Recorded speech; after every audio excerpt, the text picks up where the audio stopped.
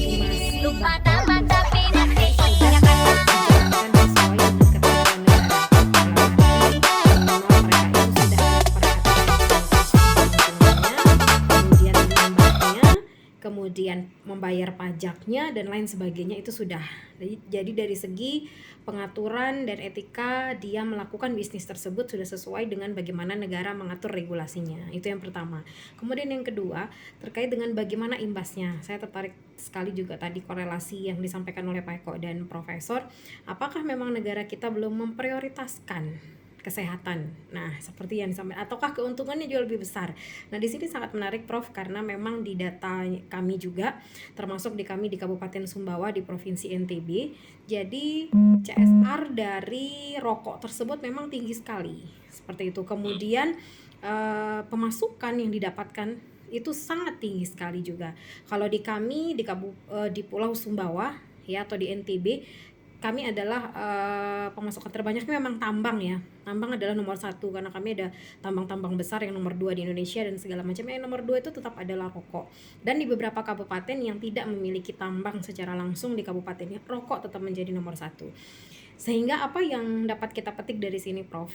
Nah, kami di jajaran kesehatan yang ada di Provinsi NTB sampai dengan di 10 kabupaten kota yang ada di NTB, termasuk juga saya pikir juga sama juga di seluruh Indonesia, hal yang bisa dilakukan itu adalah bagaimana upaya untuk menangkal imbasnya. Karena ternyata dari statistik kesehatannya justru yang mendapatkan permasalahan kesehatan itu justru bukan dari perokok aktifnya, Prof. Jadi statistik yang terbanyaknya itu justru pada perokok pasif. Artinya kalau disebut pada saat membuat rokok tersebut mereka itu kan sudah punya filter ya di dalamnya. Jadi dia kita yang jadi perokok pasif yang menghirup sisa dari mereka itulah yang justru ternyata banyak sekali mengalami masalah. Salah satunya bisa juga menjadi pemicu terjadinya stunting yang sekarang anggarannya juga sangat besar. Sehingga hal yang bisa kita lakukan adalah melakukan upaya edukasi. Yang pertama, bagaimana mengurangi bahaya dari perokok pasif, yaitu kalau misalnya bapak-bapaknya merokok, dia durasi berapa meter, radius berapa meter, dia jangan merokok di dalam rumah. Jadi merokoknya di luar rumah. Sehingga ibu hamil, kemudian ibu yang menyusui, kemudian bayi balita itu tidak terpapar rokoknya. Sehingga yang kena itu dia saja, seperti itu. Jadi yang di dalam rumah tidak terpengaruh. Jadi otomatis biaya-biaya kesehatan yang disebabkan oleh perokok pasif ini itu bisa ditekan. Itu yang pertama. Kemudian yang kedua, ada namanya kawasan tanpa rokok. Kalau kita melihat sekarang di hampir di semua daerah itu sudah ada perdanya, Prof. Jadi kawasan tanpa rokok itu adalah, jadi ada ruang khusus nanti yang tempat dia boleh merokok, seperti itu. Jadi tidak boleh di ruang publik sebebasnya.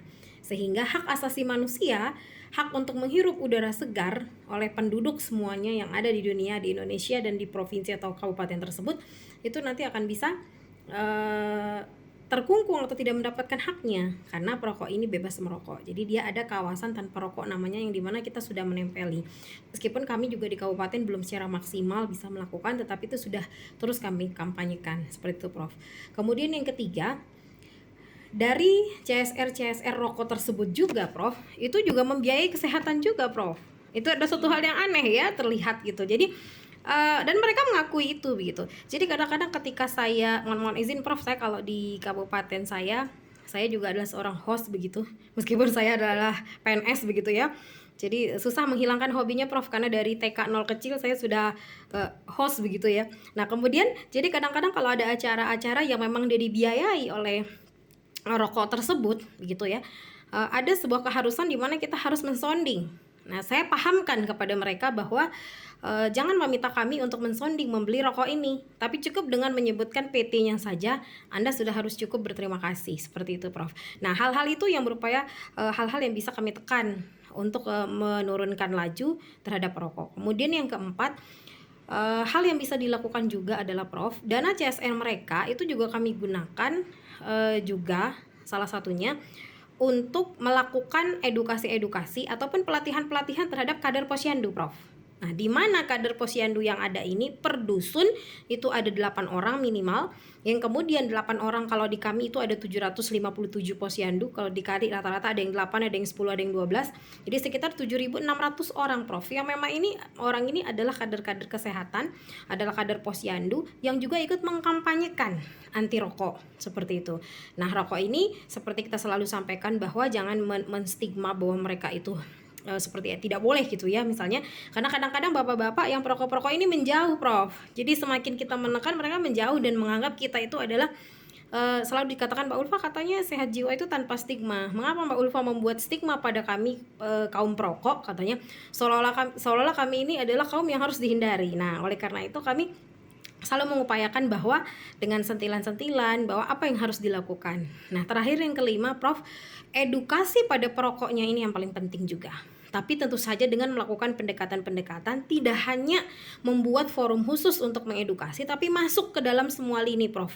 Jadi ketika ada majelis taklim masuk, Prof. Ada Karang Taruna masuk juga di situ, Prof.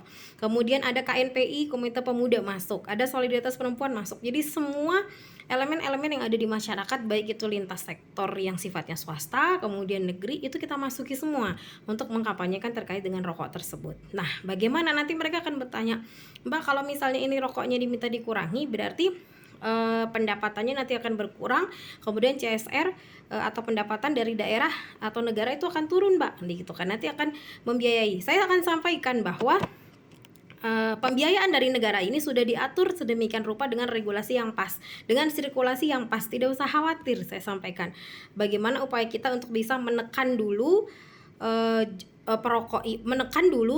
imbas dari rokok ini. Jadi jangan dulu berfokus pada memberhentikan orang merokok, Prof. Nah, ini yang harus kita samakan persepsi. Jangan ketika ada yang merokok, saya selalu mengatakan bahwa ada beberapa teman yang memang juga termasuk kita ya, kalau ada orang merokok tiba-tiba, Prof, kita pasti refleks tutup mulut, tutup hidung seperti itu ya. Ya boleh, tetapi hal yang bisa kita lakukan bagaimana jangan berfokus pada perokok, tetapi mari kita berfokus pada orang-orang yang menjadi imbas dari merokok ini. Karena nantinya, misal, Prof, di dalam satu keluarga ada bapaknya 1, kemudian ada istri 1, gitu. Kalau yang istrinya 2, 3, 4 lebih bagus lagi, Prof. Jadi sekalian. Jadi ketika ada anaknya misalnya 3 gitu dalam rumah. Jadi kadang si bapak yang 1 ini akan mengalah, akan kurang gitu ya. Akan kurang powernya dibandingkan dengan berhadapan dengan kaum ibu-ibu. Gitu ya. Jadi kaum ibu-ibu di mana ada anak di situ, dan saya yakin setiap orang yang merokok ketika disadarkan dan disentuh jiwanya, dia akan paham. Saya selalu menghadapi seperti itu pasien misalnya, Prof. Ketika istrinya mengeluhkan bahwa suaminya susah dilarang untuk merokok dalam rumah, maka akan saya sampaikan, kita gambar, Prof, kita jelaskan, Bapak, saya sentuhkan, Bapak, kita sama-sama bersepakat bahwa kita ingin generasi kita itu jauh lebih baik dari kondisi kita saat ini. Itu yang selalu kita sampaikan, Pak. Nah, kalau kita bersepakat untuk itu dulu, Bapak. Iya, bener, Bu. Nah, nanti dia sampaikan, oleh karena itu, Bapak, mari saya jelaskan, Pak, bagaimana siklus kehidupan bayi di dalam kandungan. Saya gambar, Prof. Saya gambar bagaimana rokok ini akan mempengaruhi nantinya, sehingga di anak ini akan stunting, akan gizi buruk, sehingga anak ini tidak bisa belajar dengan maksimal, nggak bisa jadi generasi yang lebih baik. Nah, saya kadang-kadang, Prof, ketika dikatakan bahwa tidak bisa disentuh, cukup sekali, Prof. Bapak itu bukan berhenti merokok dianya, tetapi dia akan menghindar. Dia akan merokok tapi di rumah tetangganya. Itu luar biasanya. Dia mengatakan, Mbak, katanya, Bu, katanya, kalau Bu Ulfa mengatakan bahwa saya harus merokok di luar rumah, saya bukan di luar rumah sekarang, jauh di luar pagar itu batas radius saya merokok. Itu ada suatu hal yang luar biasa, Prof. Maka untuk terkait dengan hal tersebut, mari kita fokus pada orang yang akan terkena pada dampaknya. Itu dulu yang kita fokuskan, membangun kesadarannya. Baru kemudian nanti perlahan kita akan menyentuh orang-orang yang memang pelaku dari rokoknya. Sama dengan minuman keras tadi, Prof. Kalau di Islam kadang disebutkan minuman keras itu lebih dekat dengan setelah minuman keras berarti ada perjudian misalnya gitu ya, Prof. Kemudian kekerasan di dalamnya, kemudian pemerkosaan, mohon maaf yang kita sekarang ini sedang riskan dengan kekerasan terhadap perempuan dan anak seperti itu yang ada, dan tindak pidana perdagangan orang yang sedang ramai di Indonesia. Nah, itu sama juga dengan yang tadi, Prof. Jadi bagaimana kita menangani dulu orang yang akan mendapat